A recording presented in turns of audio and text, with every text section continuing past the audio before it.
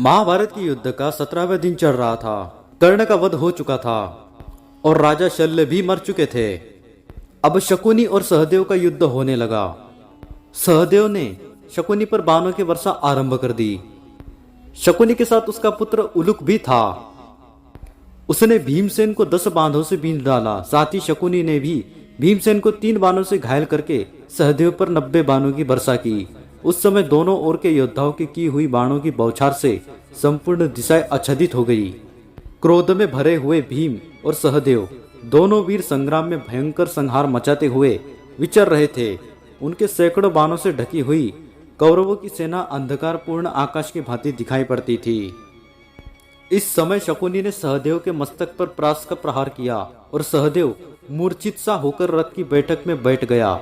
उसकी यह अवस्था देख प्रतापी भीम ने क्रोध में भरकर शकुनी की सेना को आगे बढ़ने से रोक दिया और नाराजों से मारकर सैकड़ों एवं हजारों सैनिकों का संहार कर डाला।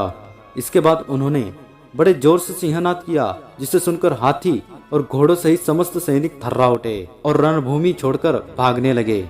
इतने में सहदेव ने स्वस्थ होकर शकुनी को 10 बाणों से बीन डाला और 3 बाणों से उसके घोड़ों को घायल करके हंसते हंसते उसका धनुष भी काट दिया। शकुनी ने दूसरा धनुष लेकर सहदेव को 60 और भीमसेन को 7 बाण मारे।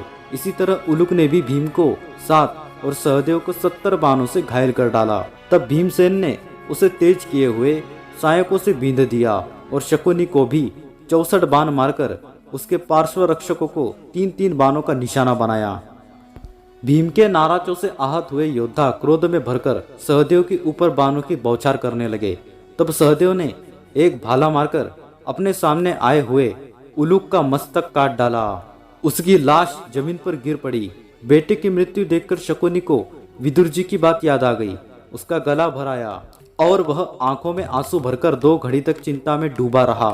इसके बाद सहदेव के सामने जाकर उसने 3 बाण मारे, किंतु सहदेव ने अपने सहायकों से उन्हें काट गिराया और शकुनी के धनुष के भी टुकड़े टुकड़े कर डाले।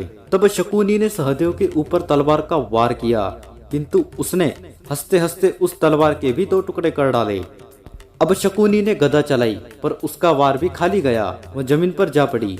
इससे उसका क्रोध बहुत बढ़ गया और उसने एक भयंकर शक्ति सहदेव के ऊपर छोड़ी, किंतु सहदेव ने बाण मारकर उसके भी 3 टुकड़े कर डाले।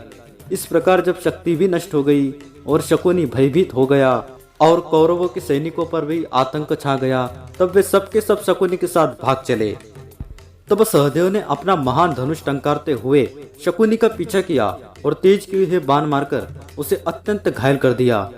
सहदेव ने शकुनी को 10 और उसके घोड़ों को 4 बाण मारे। फिर उसका छत्र, ध्वजा और धनुष काटकर उन्होंने सिंह के समान गर्जना की तथा अनेकों बाणों से प्रहार करके उसके मर्म स्थानों को बींध डाला। इससे शकुनी को बड़ा क्रोध हुआ। वह सहदेव को मार डालने की इच्छा से दोनों हाथों में प्रास लेकर उसके ऊपर टूट पड़ा। सहदेव ने शकुनी के उठाए हुए प्रास को तथा उसे पकड़ने वाली उसकी दोनों गोलाकार भुजाओं को 3 भल्ल मारकर एक ही साथ काट डाला। फिर बड़े जोर से गर्जना की। तदनंतर खूब सावधानी के साथ एक मजबूत लोहे का भल्ल धनुष पर चढ़ाया और उसके प्रहार से शकुनी का सिर धड़ से अलग कर दिया। उसकी लाश जमीन पर गिर पड़ी। शकुनी की यह दशा देखकर कौरव सेना भागने लगी। इस प्रकार शकुनी का वध सहदेव ने कर डाला। वीडियो पसंद आया? वीडियो को लाइक कर दीजिए, चैनल को सब्सक्राइब कर लीजिए। सभी सनातनियों को वीडियो शेयर कर दीजिए। कमेंट में जय श्री कृष्ण अवश्य लिख दीजिए।